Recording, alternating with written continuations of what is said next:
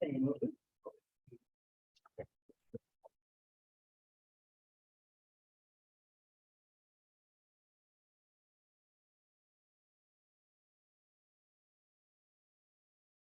okay over there, Councilman Francisci?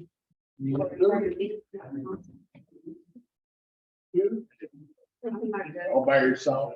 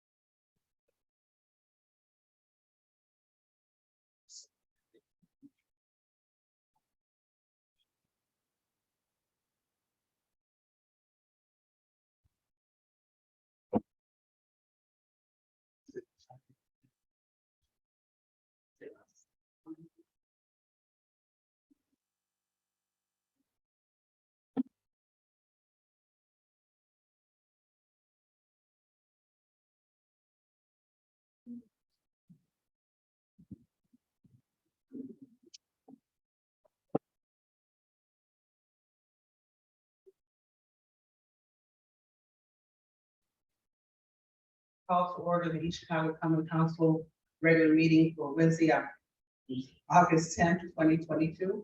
Please stand for the pledge.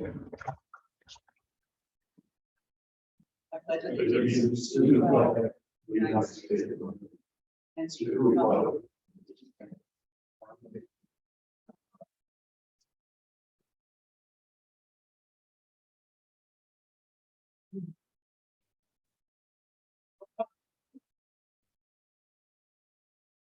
Second District Councilman Lenny Francisci. Present. Third District Councilman Terrence Hill.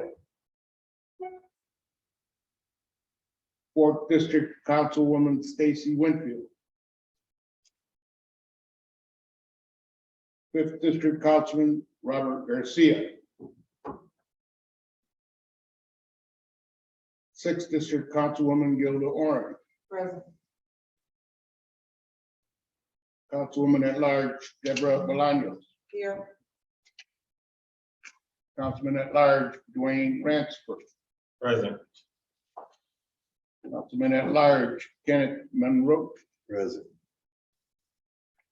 Council President Monica Gonzalez. Here. For the record, please note that the councilmen that aren't present did call and let me know that they were not going to be able to attend.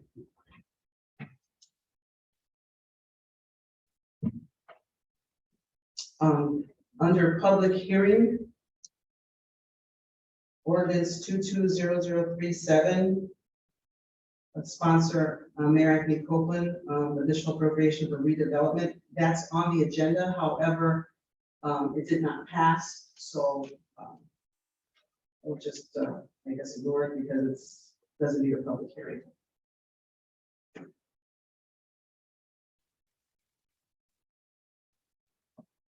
Clerk Medina, can you go on with the rest of the meeting, please? Minutes Council. Regular meeting Wednesday, June 22nd. Public hearing and regular meeting Wednesday, July 27th. So, Second. okay, motion made by Councilman Orange, seconded by Councilman Monroe. Any questions? Roll call, please. Franceschi, Yes. Orange, Yes. Bolaño, Yes. Rancifer, Yes. Monroe, Yes. Gonzalez. Yes.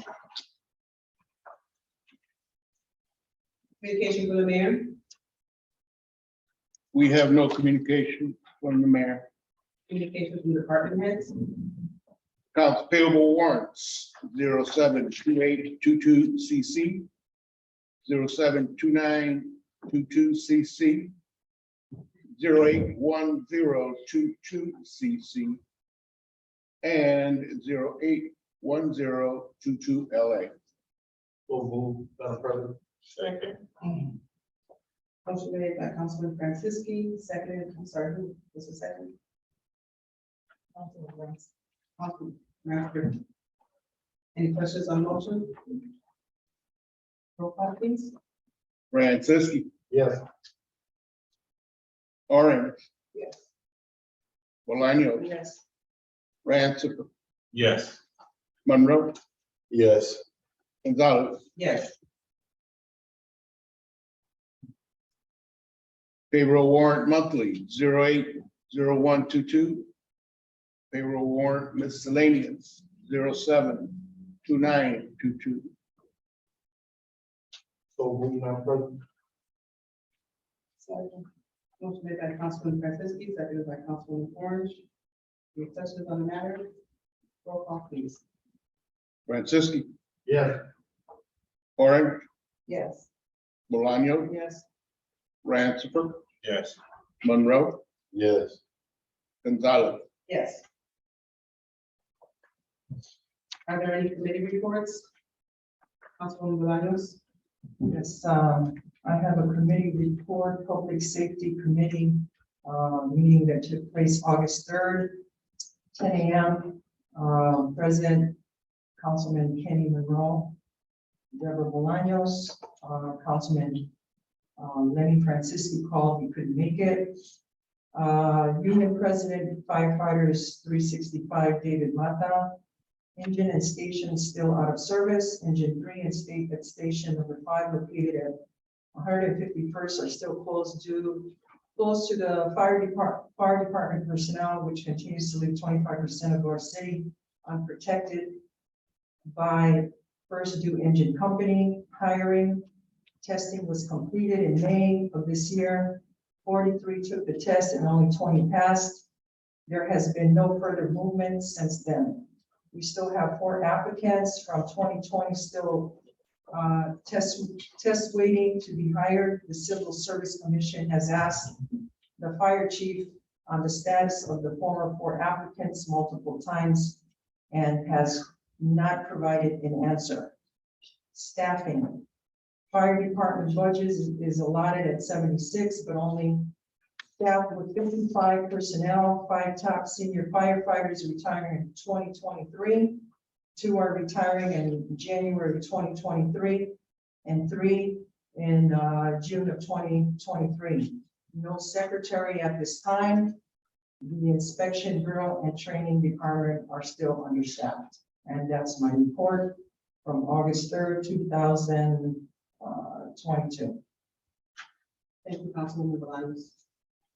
Are there any other committee reports? Are there any board reports? Ordinance is on first reading. Ordinance 22-0038. Sponsor Mayor Anthony Copeland. Additional appropriations ordinance for the Department of Special Events citywide Christmas decoration. Motion to table this. Second. Motion made to table ordinance 220038. Seconded by motion made by Councilwoman Orange, seconded by Councilman Monroe.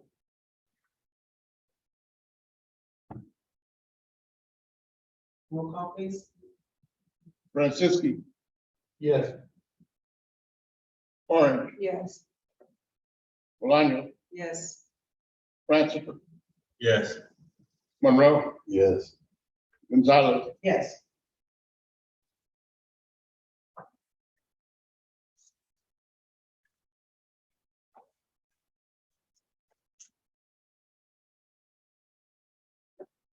Next ordinance on first reading, ordinance 22-0039. Sponsor Mayor Anthony Copeland.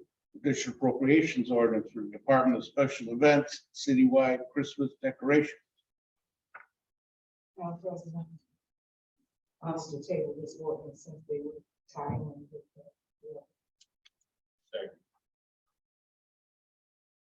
Motion made by Councilwoman Orange to table, seconded by Councilman Ransford. Roll call please. Franceschi. Yes.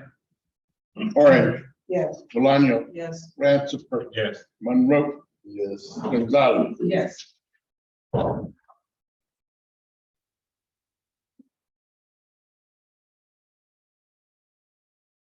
We have no ordinances on second reading.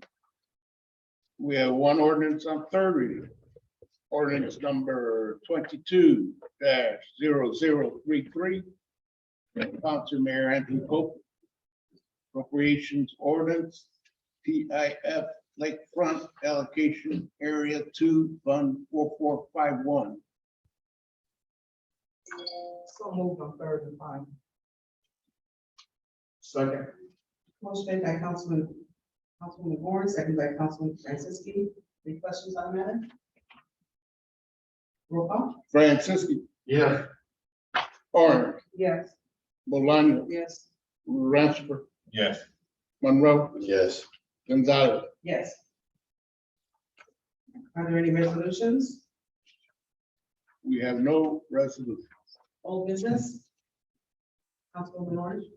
I have a couple of questions. One, have the council meeting been sent to the multimedia to be shown? Yes. These stuff, I haven't seen that one. Yeah, they're on there. So what happens is after this is recorded, it goes to the cloud, and when it's ready, then they send it to Steve, and it's usually that evening or the next day. So whenever Steve posts it, that's when it goes on. Councilwoman Person. Can you check and see if it's the same? Yeah, I mean, I've seen them on ECTV. They're on there. And my second question is, can a local be sent to Diana Garcia to see Burns, to see if we have to continue to wear the mask? What's the update on the poll? Because all the city, nobody's doing, except for the city folk. I want to know what the update is of what continues to. I think we do, only because the city, I guess, has a rule that we have to wear it in all city buildings, and they haven't removed that. That's that. But I think that's something her watch as far as that's concerned. So I'd like to let it send to her to find out if we have to continue to do it. Okay. Any other old business? New business? Nobody has anything on new business? I have one item under new business. I have a senior who received a letter from code enforcement. And the process for code enforcement is they send a letter advising that you need something done within 5 days. And then if that is not done, then they go ahead and either, and this has to do with shrubs and things in the alley. If you don't, I guess, cut or trim or do what you need to do within the 5 days, they go ahead and cut or trim or whatever needs to be done. And I have a senior that got the letter and she was charged $188. The problem, I have no problem with code enforcement. I think they do a great job. She said, and I know her personally, that she did not receive the letter indicating the 5 days. So she said the first letter that she received was the bill for $188. And I asked Sandra if someone could be here today from the building department, James Bordeladine, who's in charge of code enforcement, to explain what the process is, how they received the first notice, I explained to her, I said, I'm being a devil's advocate here. I said, because I know personally the senior citizen who this letter went to, and she said, Monica, I never received it. And I said, okay. And I know, and I'm sure a lot of people within Chicago know, mail system is not as good as it used to be. I receive my neighbor's mail. I receive neighbors or people from the next street over. I live on Bering. I receive Northcott's mail with the same address. So there could be a possibility where she didn't receive it. And I wanted to discuss the process of how they receive it, if they could put a notice on the door, take a picture, and just ensure that they receive the notice. I also think that the fee is quite high, and it was $88 for cutting, but $100 for administration fee. And again, I asked Sandra if someone could be here to go over that or hear that complaint. I think it's really sad that now, and I talked to her, she has to choose and wait between her getting her prescriptions for the first of the month and paying this fee. So, like I said, code enforcement, I think, is doing a great job. I just think we need to discuss how people are getting notices and about the fee. Councilwoman Moore? I think though, if you call James and give him information, he may, they may try to wait with you, because I've had a couple seniors too, but that's when we were in the midst of not giving the money for them to cut the lots and everything like that. And I explained to him, how can you charge when we had lots in the city that weren't being cut. And they did go out and they explained to the lady about the fact that it has to be done and everything like that. I don't know if they cut it or not, but maybe they would waive the fee for her. I will check with James. Yes, thank you. Mine is similar, but it's not regarding the cutting of the grass and things. I received a complaint from some seniors regarding the old water meters. I think when they have to change them, but they weren't advised. And I guess they're saying that either the letter they didn't get a letter, time went by, and then they received a water bill of over $300 to their seniors. So what we did was I advised them to send that complaint letter explaining exactly what happened to me, and I forwarded it to Sandra over a week ago. So we're hoping that this will be taken care of. Miscommunication, maybe, like you said, the mail. I'm not sure, but I mean, it's affecting a lot of, seniors are in a tight budget. I mean, all of us. You know what I mean? But I just wanted to bring that one up too. And that's almost the same thing I had too, with the same thing with the water department, with one of my neighbors as well. Not letting them know that the water meter was changed, but then all of a sudden they change it again to another system. And all of a sudden he thinks he's okay, and then he gets a bill for hundreds of dollars. So I think like Councilwoman Valano said, I think it's just really a lack of communication. So we all need to try to get on the same page to say something supposed to, especially And I think it has to do with not just with this and water, it also has to do with construction, because I know my alley was just redone and I didn't know.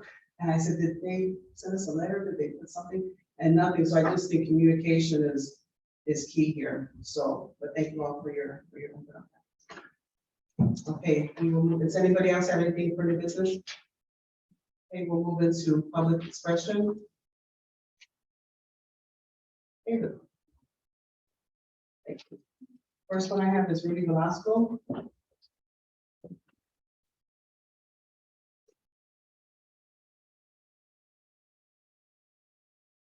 Good afternoon or good evening, Council. My name is Rudy Velasco. Some of you know me, some of you don't. I've also been a disability advocate for over 25 years, so I help senior citizens disabled. Real quick, since I only got 3 minutes, I'm here about the water, because it's not only me, but it's other people this is happening to. I had my water meter changed 3 or 5 years ago. They called me up and said, hey, you need to get your water meter changed because we're upgrading it. I get a bill of almost $400. Then when I come and ask them what happened, well, your meter wasn't registering at all. This is happening to other people also. So for 3 years, in 2019, no one bothered to look at the water. No one bothered to check. This is a new meter. So is that a faulty meter then? Obviously, because if it wasn't registered, so what we were doing was installing meters that weren't even working.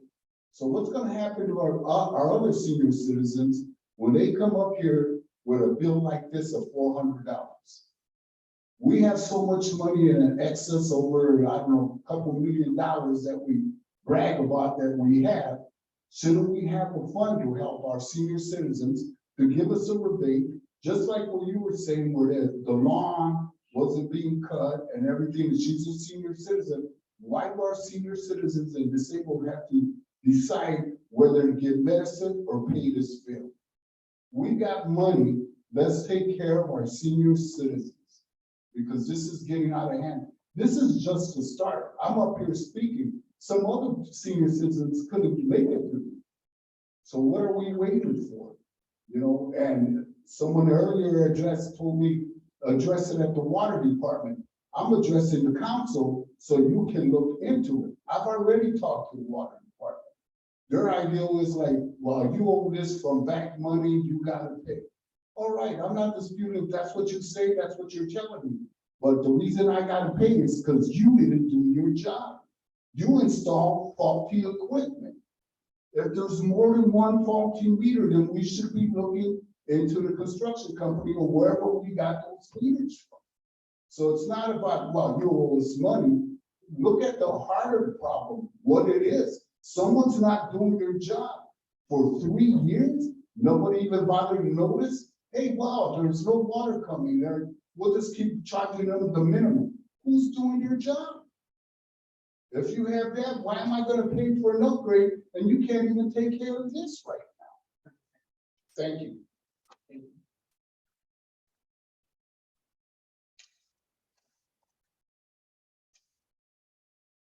Our next speaker is Kimberly Rodriguez.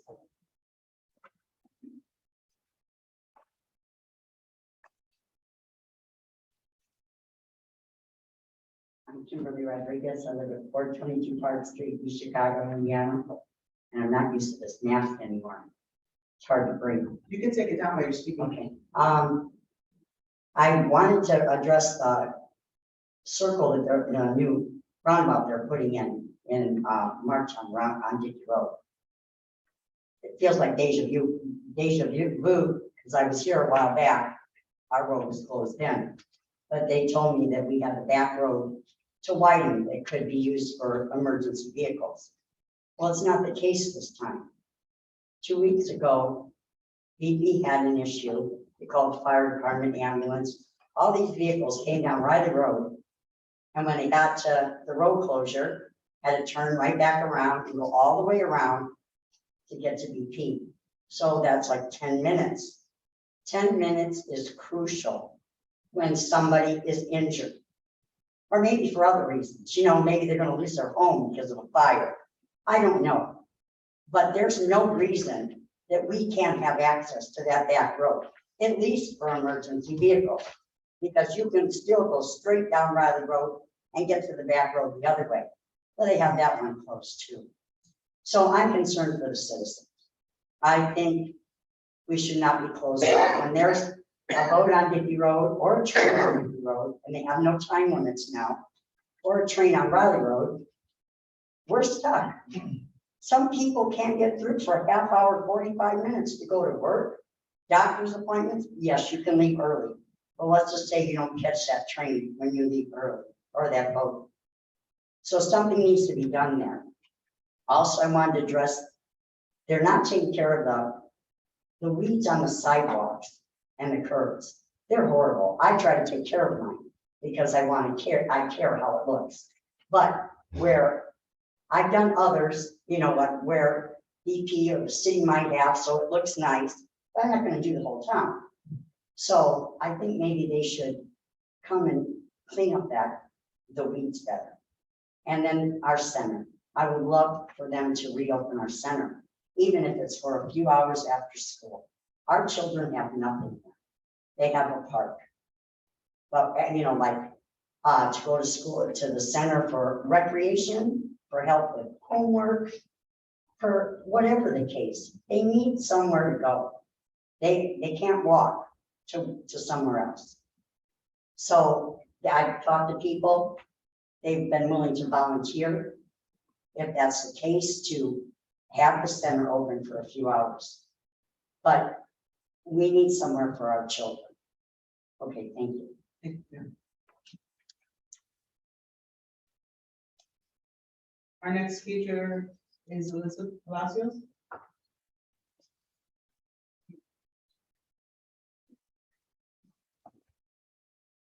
Hi, Council. I wanted to invite you all from your precincts to help me register voters in your precincts. So, every vote and every voice matters. People don't realize that, but we can tell by what we're going through right now. If you know that Indiana was 46 and voter turnout nationally, Lake County isn't doing much better. 2018, Lake County had 46% voter turnout, not even 50%. You can prepare precincts, but a lot of precincts were consolidated like Chicago, about half of them, right? So even more reason to get out and talk to the people in your precinct, see if they're registered to vote. Let us know, we can help you, guys can help you. And especially to let them know who you are. And where they go to vote, if they've consolidated all the precincts. And I have a little pull-up with you here, according to county, like I said, we're 46th in the state, but according to East Chicago is 44th, and this was in 2020.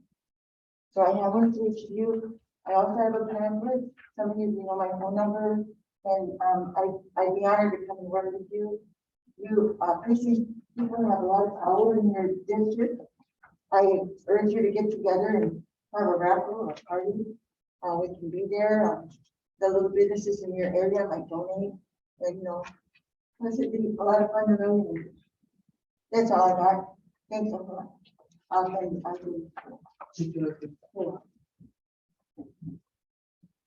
Okay, do I have a motion to adjourn? Second. Made by Councilman Moore, seconded by Councilman Rowe. Roll call, please. Francis. Yeah. Warren. Yes. Malonio. Yes. Principal. Yes. Monroe. Yes. Gonzalez. Yes. Meeting adjourned.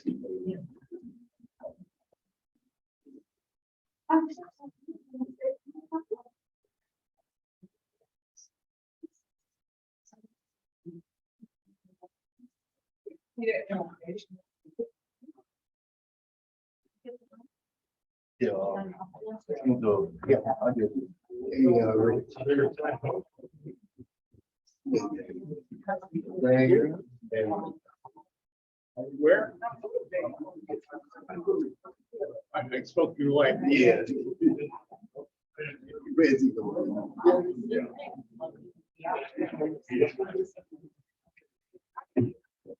Yes.